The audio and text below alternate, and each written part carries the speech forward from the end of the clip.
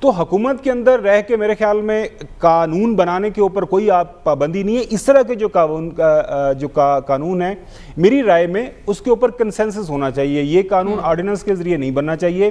یہ ایک مسئلہ ہے, لوگوں کے اوپر تہمت لگائی جاتی ہے. میرے آپ کے کئی دفعہ دیکھا ہے کہ یا صاحب کے اوپر کمنٹری ہو رہی ہوتی ہے مختلف, اس کے اوپر وہ بالکل جو ہے بلو دا بیلٹ کامنٹ کیا ہوتا ہے. تو اس طرح کے قوانین کی ضرورت تو ہے, لیکن اس طرح کے قوانین کو بنانے کے لیے آپ کو ایک جو ہے لارجر لیول کے اوپر بات چیت کرنی پڑے گی, پارلیمان میں لے کے جانا پڑے گا, ساری پولیٹیکل پارٹیز کا انپٹ لے کے جب سارے سٹیک ہولڈرز اس کے اوپر راضی ہو جائیں تو پھر آپ کو قانون سازی کرنی چاہیے. یہ نہیں ہے کہ جس طرح آپ نے آرڈیننس نکال لیا تو ظاہر ہے اس کے اوپر اعتراضات اٹھ رہے ہیں کہ جی حکومت اپنے آپ کو بچانے کے لیے کر رہی ہے, جس طرح ہم بات کر رہے ہیں. لہٰذا حکومت کو میرے خیال میں اس سے اجتناب جو ہے برتنا چاہیے تھا. اس میں بہت سارے ایسی شکیں ہیں جو غلط استعمال ہو سکتی ہیں. نیت آپ کی جتنی مرضی ٹھیک ہو, لیکن ضرورت اس امر کی ہے کہ ریاست کو جو اس سے آلریڈی پہلے قوانین موجود ہیں.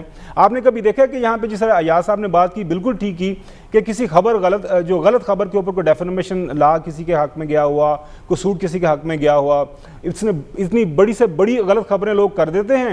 اس کے بعد جناب اعلیٰ اس بیچارے کا یا کسی کی فیملی لائف, کسی کے سوشل جو ہے اس کا جو ایک سٹیٹس ہے سوسائٹی کے اندر, اس کی آپ بالکل اس کو بلڈل کر لیتے ہیں, اس کا بیڑا گرک کر دیتے ہیں, اور بعد میں پتہ چلتا ہے وہ بالکل جھوٹی ایک جو من گڑت کہانی تھی. تو قوانین کی تو ضرورت ہے, لیکن جو طریقہ کار اپنایا جاتا ہے پاکستان کے اندر, ماضی میں اپنایا گیا اور اب آج کل بھی جو اپنایا جا رہا ہے, حکومت اور اپوزیشن چونکہ آپس میں ٹاکنگ ٹرمز کے اوپر بھی نہیں ہے, تو اس طرح قوانین بن رہے ہیں. ضرورت ہے قوانین کی ایسے کی, لیکن اس کو اپنانے کا جو طریقہ کار ہے وہ میرے خیال میں مختلف ہونا چاہیے. ابھی ریسنٹلی جو آپ نے مختلف سٹوریز سنی جی, عمران خان صاحب کی اپنی بیگم کے حوالے سے, پھر ان کے اوپر الزامات لگتے رہے, تو پتہ نہیں ہے وہ جادو ٹونا اور پتہ نہیں کیا کیا چیزیں اور جو چلتی رہیں. اور باقی جو لوگوں کی ذاتی زندگی کے حوالے سے ہم نے دیکھا کامنٹری ہمیں سوشل میڈیا کے اوپر دیکھنے کو ملتی ہے. بنیادی طور پر یہ جو قوانین, یہ جو پیکا ہے یہ سائبر کرائم کے حوالے سے ہے, وہ جو سوشل میڈیا کے اوپر چیزیں آتی ہیں. اب دیکھنا یہی ہے کہ اپوزیشن جماعتیں اس کے اوپر کس طرح ریاکٹ کرتی ہیں. ماضی کے اندر تو یہی ہوتا رہا ہے کہ جو کام حکومت کرتی ہے اپوزیشن کہتے ہیں آپ بالکل غلط کر رہے ہیں جو آپ, اور اس کے بعد پھر اس کا نتیجہ کچھ بھی نہیں نکلتا. ابھی ہم دیکھ رہے ہیں جب سے یہ آرڈیننس آیا ہے حکومت بالکل اس کو جو ہے جو سپورٹ کر رہی ہے اور اپوزیشن ریجیکٹ کر رہی ہے. اور دوسرا جو آرڈیننس پاس ہوا ہے وہ میرے خیال میں تمام پولیٹیکل پارٹیز اس کو ایکسیپٹ کر رہی ہیں کہ ایم پی ایز اور ایم این ایز کو جو الاؤ کرنا چاہیے جو پولیٹیکل کمپینز کرنے کے لیے, وہ مناسب ہے میرے خیال میں. ٹھیک ہے, خبر آپ کا پوائنٹ آ گیا ہے. اتفاق رائے پیدا کرنا ضروری ہے ایسے قوانین کے لیے. اسی پر بات کریں گے اس بریک کے بعد. Stay with us. Welcome back ناظرین. ہمارے پینل کی رائے کے مطابق سیاست میں ہواؤں کے رخ کا تعین ہونا ابھی باقی ہے, اور جہاں تک اس آرڈیننس کا تعلق ہے تو ہر شخص اور فرد کا احترام لازم ہے, لیکن ایسے معاملات پر حکومت کو اتفاق رائے پیدا کرنے کی ضرورت ہے. آج کے پروگرام سے ہمیں اجازت دیجیے. آپ سے انشاءاللہ ملاقات ہوگی اگلے ہفتے. اللہ حافظ.